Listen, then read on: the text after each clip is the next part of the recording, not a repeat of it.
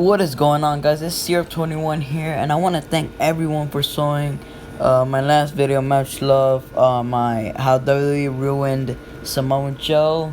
I figure most of you have enjoyed this series I'm gonna do. I'm gonna keep making more of these. I enjoy making these videos, and it's something new, fresh in my content that I've never done and really never planned on doing until I realized I'm gonna make a video today. And I was like, I'm thinking of ideas, and then this came to mind about this big thing I'm gonna do. So EC3 is next on the list, and let's get straight into the video. Oh, and before, I want to give another shout out again. Cody Rose, he's been showing Matt love. You know, he always supports the channel and everything. Guys, I am doing a Q&A for 400 subscribers, so drop down any questions you might have. I could take up to 5 questions maximum, because I don't want you guys, spamming and everything, but I think 5 should be good enough, 5 or lower. So let's get straight into the video. Let me get a quick shout out to The Miz, man. I just tweeted about how his show was gonna be lit, and literally, I swear, like, I put my phone down and I see that The Miz posted my tweet. He reposted my tweet and liked it, man. So shout out to The Miz. Man, that's crazy. I've gotten a like before by WWE Superstar, but never a retweet. So that was cool to see. The Miz is awesome. And let's get straight into the video. Shout out again to The Miz. So before EC3 was treated as a joke and everything, became a meme for holding a red cup, we're gonna go through his career and everything.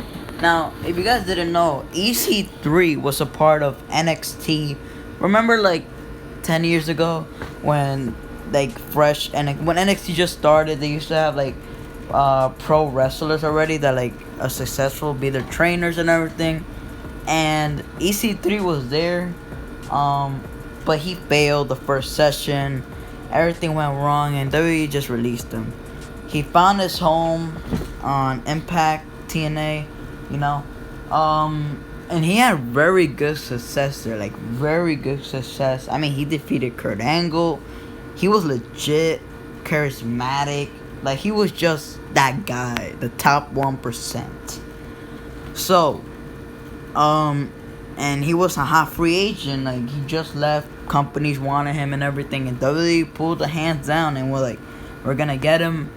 And he made a strong impact in NXT when he debuted that song. And that was legit. Like, that song was written for EC3, was made for EC3. So it's like, this guy was legit, and he was put into the spotlight right away, and he had amazing matches and everything. So his career was going the way it was planned to be. Like, Triple H knew what he was going to do with him. He was like, okay, we're going to put him in the spotlight. For the most people that never really watch other, like, pro wrestling, like indies and everything, they don't watch that, only watch WWE, to let him know who he is. Now, the thing is, he put him in NXT, because he don't want to bring him straight to a roster. He has to get used to the promotion and everything. So it was all fine. Let's get into how WWE used him in the main roster. So in my opinion, I think WWE ruined him, like, on the spot on the main roster. I mean, after, like, a couple days, weeks, EC3 was coming out main event. Like, not in the main event scene, like, the thing. Remember, it used to be superstars and everything. Now it's main event.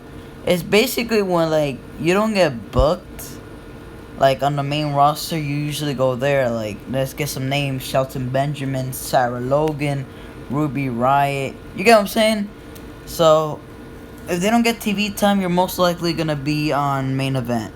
So when he started going in there, that's when, in my opinion, WWE ruined him. Because, like, you can't go to main event right away. Like, after a while, if you become a jobber, then you can go. But going right away, like, WWE ruined him on the spot.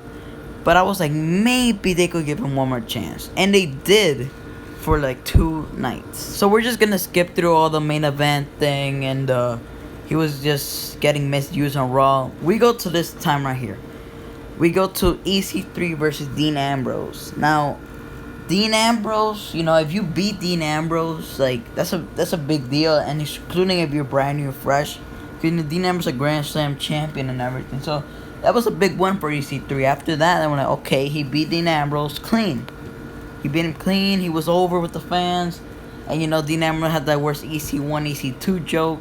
So it was all going good. We're like, okay, we're gonna get this feud before Ambrose leaves, because this was the time that Dean Ambrose was set to leave for AEW. So let's get what happened after that. So after being in the most funny and a moment of bliss, EC3, he got his win over Dean Ambrose. But then we were like, okay, now we could see him, maybe going in the mid-card picture, doing something.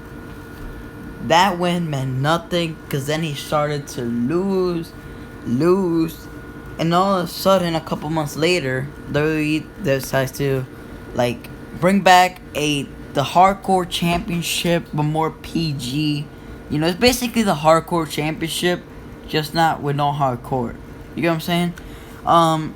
And you see EC3 in the back with a red cup. He's just sitting there he doesn't even want to be there. And he was going after the 24/7 championship.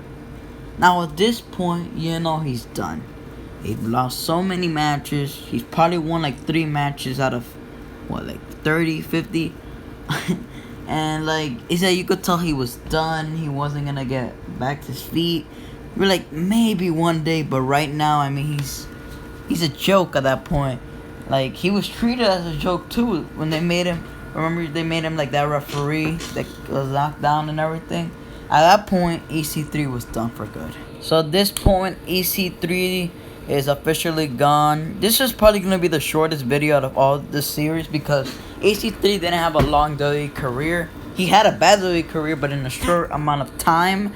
So this is not going to be a long video like I did with Samoa Joe, because, he's been there for 5 years already. So different topic. Just wanted to get everything how WWE's ruined him on the spot, because they didn't ruin Samoa Joe on the spot. It took a year to ruin Samoa Joe.